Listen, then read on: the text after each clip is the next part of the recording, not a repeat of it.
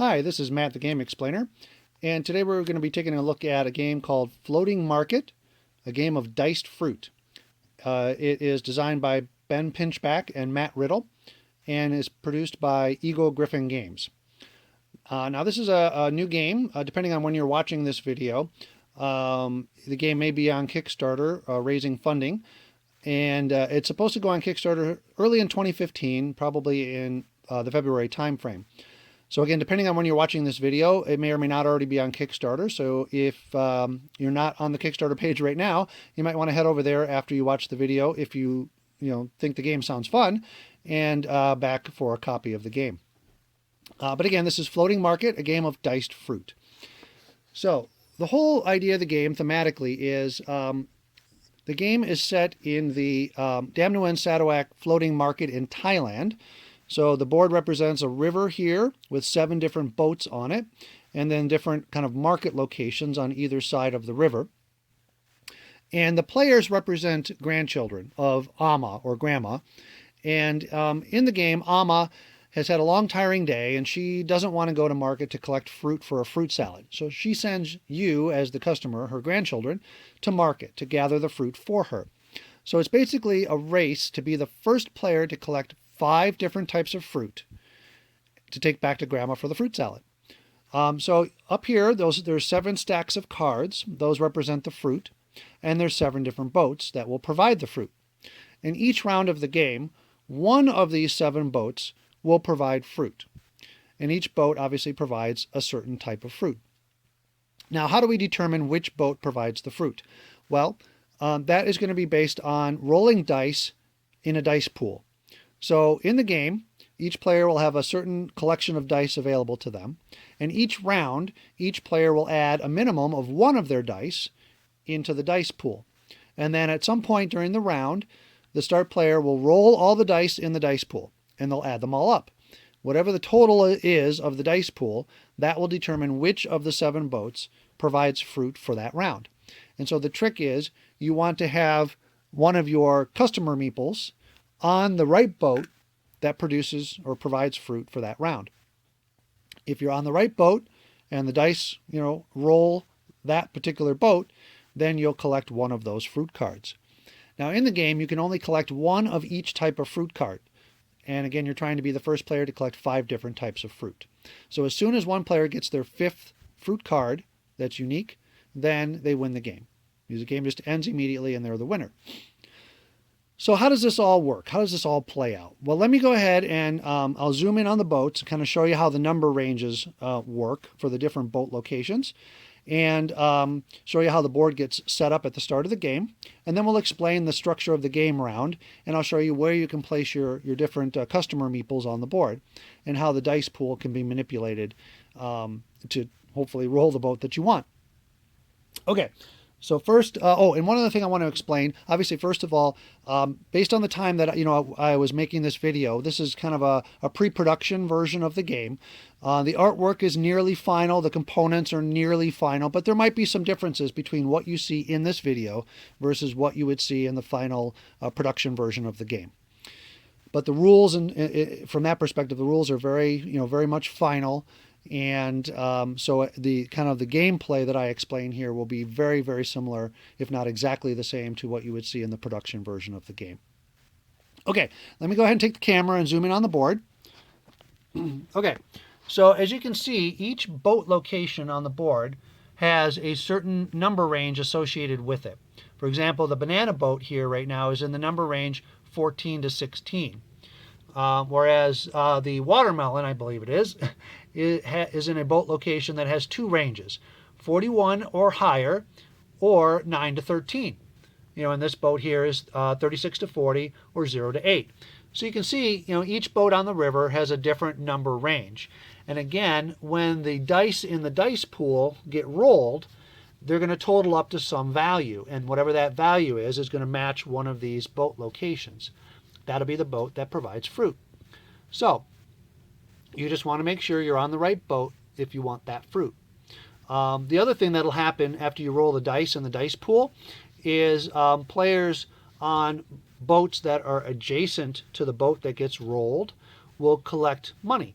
So one of the ways to collect money is to be on a boat that's adjacent to the boat that gets rolled. And there's other ways to collect money, but that's the main way to get money in the game. Okay, so there's a lot of strategy around kind of where you place your meeples, what boat you want to be on, and how you want to try and manipulate the dice in the dice pool. Now, the only other things you have to do to set up the game, besides placing out the stack of fruit tokens and the stack of coin cards, is you place these 2 tokens on the board at this particular building. It's a -2 and a +4 token. I'll explain those in a minute. There's another D12 die that gets placed up here for this building. There's a negative or a white D6, which represents a negative D6. I'll explain those in a minute, but that's at this particular building. And then up here at this building, there's another cardboard token. And finally, in a 2 to 3 player game, because there's going to be less total player workers out on the board, you're going to place 2 worker meeples or customer meeples from an unused player color, and they're going to start the game on these 2 specific boat locations. Okay, the 20 to 23 and the 9 to 13. So those 2 boats are already occupied by customer meeples of an unused color. And those meeples will move around throughout the game, but that's just where they start. And I'm showing you an example of a 3-player game here today. There's a green player, black player, and white player. So we just took 2 of the blue player because the blue player is not in the game and put those out there. Okay, so that's how you set up the board. Let me replace the camera here, hopefully without dropping it. Okay. So again, that's how you set up the board. And then each player is going to take all the stuff in their player color. So what does each player start with? Well, they start with 3 customer meeples. Okay, that's all you'll have throughout the game is 3 customers.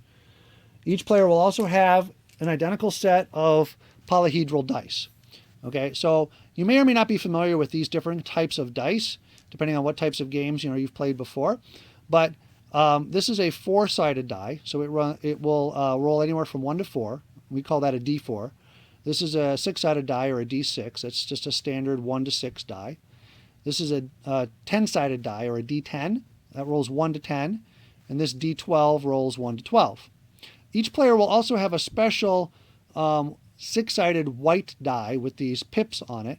And this die is a negative D6 in the game. So this is a way, because each player is going to be adding a minimum of 1 of their dice into the dice pool, right, to be rolled each round. Sometimes you don't want to increase the value of the dice pool. Sometimes you want to try and decrease the value of the dice pool. And that's what these negative D6s are for, is to pull down the total roll of the dice pool. Okay? So each player will have these 5 dice available to them at the start of the game. Each player will also start with 2 coin cards. All right, so you have 2 coins at the start of the game. The reason for that is some of the locations on the board have a coin cost associated with placing your customer meeple there, and so you start with some cash. The other thing you'll notice in the game is the coin cards and the fruit cards share the same card back. The reason for that is, of course, throughout the game, as you collect fruit and you earn coins, you're going to have cards in your hand. And your hand of cards are going to be secret from the other players. So they're not going to be able to necessarily know, or hopefully exactly track, what fruit you've already collected and how many coins that you have. Because obviously the fruit that you've collected and the amount of coins that you have will affect what locations on the board that you can use, and of course what boats that you want to try and occupy with your customer meeples. So there's some definite strategy in the game there. So that is what you start with as a player. Okay, your 3 customer meeples, your dice, and 2 coins. So what is the structure of the game round? Well, it's very straightforward. There are 3 phases in the game. The first phase is assigning customers. So we'll take turns going player to player clockwise around the table. Each player will place 1 of their customer meeples on the board. Then you'll go to the next player and so on until all players have placed all their meeples on the board.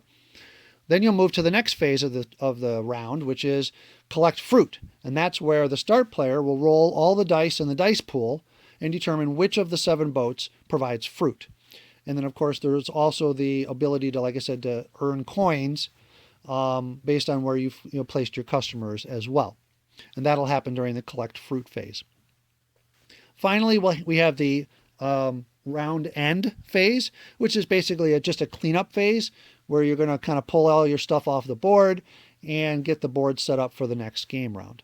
So again, very simple. Assign your customers, collect fruit, and round end. So let's talk about each phase in a little more detail. So during the assign customers phase, like I said, each player will assign customers one at a time. So if the green player is first, he'll assign one customer meeple to the board. Now, the valid locations are printed on the board in terms of these circles for the different buildings and the docks. And then, of course, you can place one of your customers on a boat, as long as the boat doesn't already have a customer meeple on it. Because this is a standard worker placement game, you can only place on a location that is unoccupied. So let's say, for example, the green player wants to try and get bananas. So he'll place his worker on the banana boat. And that banana boat is currently on the 14 to 16 spot on the river. So the green player is hoping that when the dice get rolled in the dice pool, that it ends up totaling somewhere between 14 and 16. Now, when you place your first customer meeple on the board, you have to place one of your dice on the board as well. Into the dice pool. So the green player, of course, has all of his dice available to him at the start of the first round. So he's going to decide which of these to place into the dice pool. And because he wants 14 to 16, right now at the start of the game, in a 2 to 3 player game, there are going to be some what are called AMA dice or grandma dice, always available in the dice pool. In a 3-player game, there'll be a D6, always in the dice pool at the start of every round. And in a 2-player game, there'll be 2 of these special D6, okay? But because I've got it set up for a 3-player game, I'll leave the 1 D6 in the pool. So the green player knows that right now the total dice pool could be anywhere from 1 to 6. So he says, well, I'm going to add my D10 into the pool. Okay, so that's going to change it from be anywhere from 2 to 16, right? So that at least gets him a chance right now to get into the right range. Now you move to the next player, which is the black player. We're just going to go clockwise this way. So the black player places his first customer meeple on the board. Let's say he decides to go onto this boat here, which is in the 17 to 19 range. And now he has to add 1 die into the pool. You know, you only add 1 die into the pool when you're placing your first customer on the board. So the black player, he says, well, I want to bump it up a little bit, but not too much. Maybe I'll add my D6 into the pool, okay? So now you've got 3 dice in the pool. And next is the white player's turn. He notices that these 4 boats here are already occupied by a meeple.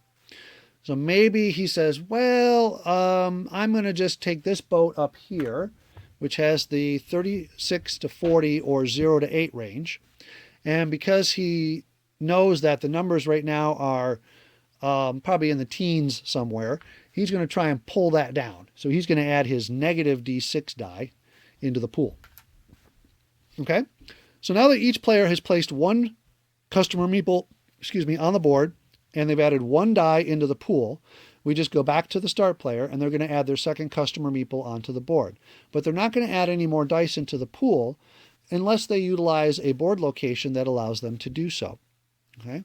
So again, the dice pool here is going to have 1 die per player at a minimum, plus possibly any AMA dice if you're playing a 2 to 3 player game.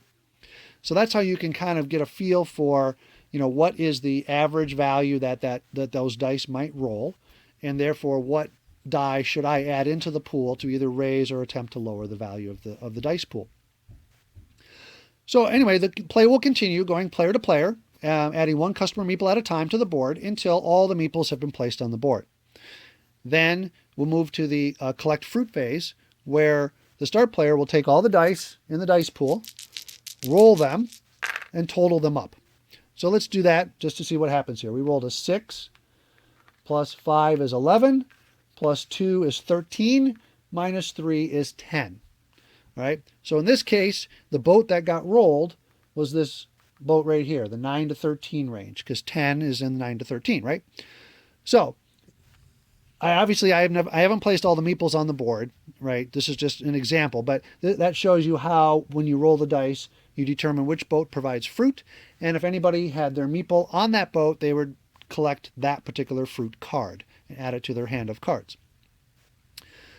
Now, during the collect fruit phase, again, once the player or players who are on that boat collects fruit, then you look to see who's on the adjacent boats.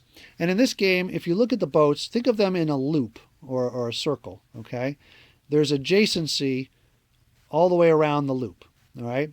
And there'll be some sort of a marker on the final board to show that. But in this case, I rolled this boat right here. And so you would look at the boat immediately adjacent on either side, and anybody that's on those boats would collect 2 coins per meeple that they have on that boat. So in this case, the green player would collect 2 coins, and the white player would collect 2 coins because they're adjacent to the boat that provided fruit. All right? There's also a couple of other board locations, these dock locations that get resolved during the collect fruit phase. That's basically an additional way to collect money. So if the white player had placed one of their customer meeples on the dock location, what they're doing is they're betting that one of these 4 boats is going to get rolled by the dice pool. And in this case, they were correct. This boat got rolled, and because they're on that side of the river, on that dock, they're going to collect 1 additional coin. Right? So in this case, if this was the final result, the white player would collect 3 coins, 2 for the boat, 1 for the dock. Nobody would collect fruit because, again, that's a blue unused player, blocker meeple there. And the green player would collect 2 coins because they're adjacent to the boat that provided fruit.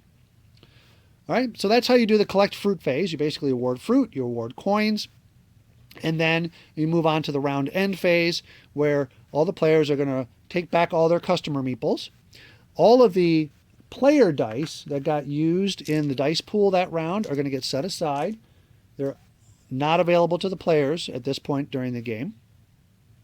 And any AMA dice that you might be using for a 2 to 3 player game get added back into the pool. Then we're going to reset any of the other board dice and tokens that might have been allocated out during the turn. And the start player will rotate to the next player clockwise. And you just go on to the next round. All right, so it's a very simple round structure. So let me go ahead and explain the other board locations. There's a number of these buildings that you can occupy during the game. And I'll explain what they do. Okay, so the first building up here is called the temple. All right, there are 2 cardboard tokens at the temple. We grab those. There's a -2 cardboard token and a +4. All right. If you go to the temple, you get to choose which of these 2 that you want to add into the dice pool. And so it will either increase the total dice result by 4 or decrease it by 2. All right. So it's another way to manipulate the total value that's rolled by the dice. And again, each board location can only be occupied by 1 customer meeple. So if you go there, nobody else can go there. The next location up in the corner is the Woodworkers Stall. That has a special D12 associated with it. And when you go to the Woodworkers Stall, you can either add this D12 into the dice pool, or you can block this D12 from being added into the dice pool. All right. The next location is the Artist's Hut. That's over here. Again, you have a choice. You can either add that special -D6 into the pool. So again, this will bring down the value of the total dice roll. Or you can add one of your additional player dice into the dice pool. So if you have any dice left in front of you and you want to add one more die into the pool, then that's how you can do so. So, like I said, normally each player will only add 1 die into the dice pool each round, but the Artist's Hut is a way for you to add a second die into the pool. Next, we have the market location. In a 3 to 5 player game, there's 2 market spots that you can use. In a 2 player game, there's only 1 spot. And it costs 4 coins to go to the market. So it's very expensive. But when you do place your customer meeple there and pay your 4 coins, you then can take any 1 fruit card of your choice. So that's a nice way to get one of the types of fruit that you've been having trouble getting. You just go pay coins and take it. Okay. Next is the boatsman location. The boatsman down here is how you can get your dice back that you've used on previous rounds. So obviously, as the game goes on, round by round, you're going to keep adding dice right into the dice pool, And those dice, when they're rolled, they get set aside and out of the game. And eventually you're going to run low on dice, or you might run out of dice.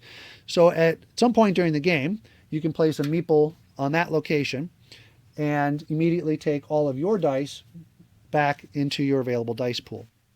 Now, you don't have to wait till you run out of dice. But if you do happen to completely run out of dice, right, and it's the start of a round, then when you place your very first meeple on the board, you have to place them in the boatman location so you can retrieve all of your dice and then place one of those dice into the dice pool. Because when you place your first meeple on the board, you must be able to place one of your dice into the dice pool. So that's the boatman location. Next is the fruit stand. That's up here in the corner. This fruit stand has a special tile associated with it. When you place your customer meeple at the fruit stand, you have to pay 1 coin. Right? There's a coin printed on the board to remind you of that. And then you take this tile and you're going to place it underneath one of your existing customers who's already on a boat. So, like so. So if the white player went to the fruit stand, then he could place that tile under that other white customer there. So what does that cardboard token do for you? Well, during the collect fruit phase, when you roll to see which boat provides fruit, this token now allows you to collect a fruit card from an adjacent boat. So in this case, in the example that I rolled earlier, this was the boat that provided fruit. Now normally the white player would not be able to collect because he wasn't on this boat, but because he went to the fruit stand and took that tile and placed it here, he can now collect fruit from this boat, or this boat. Okay, so it kind of enhances or increases your odds of collecting a fruit card. So because this boat got rolled, the white player would be able to collect a watermelon fruit card. So that's pretty nice. These next 2 locations are the traders. There's a clockwise trader, okay, clockwise, and then there's a counterclockwise trader. Now again, remember, when we do the collect fruit phase and we roll to see which boat provides fruit, if you're on an adjacent boat, or a boat adjacent to the boat that provides fruit, you're going to collect 2 coins. Well, what the traders do is they allow you to be up to 2 boats, either clockwise or counterclockwise, from the boat that provides the fruit, and still collect the 2 coins. So kind of a good example of that would be, let's say the black player had placed one of his meeples on the, on the clockwise trader location. And again, if this was the boat here that was providing fruit, you can count 2 boats clockwise from there. And if the black player has meeples on any of these 2 clockwise boats, he'll collect 2 coins. So he's going to collect 2 coins because he actually has a meeple right there. If he had another meeple here, he would also collect 2 coins. Okay, so it allows him to collect from 2 boats instead of 1 in a particular direction, either clockwise or counterclockwise. So that's the purpose of the trader. So if you're trying to get coins, you're desperate for more money, that's maybe a good location to go. Increase your odds of collecting coins on boats. The next location down here is the tailor. And if you go to this location, you immediately place 2 more of your dice from your available dice into the dice pool. So if you're really trying to manipulate that dice pool, again, you can place your meeple here and go, hey, I'm going to add my D10 and D12 and really try and crank up the number. That's one way to really try and affect the total value of that dice pool. Okay, but again, you have to have 2 dice available in front of you to really take good advantage of that location. The next location also costs 1 coin, and that is the office. If you assign one of your customer meeples to the office, you then immediately get to place all the rest of your customer meeples on the board. So you basically do like your entire turn all at one go.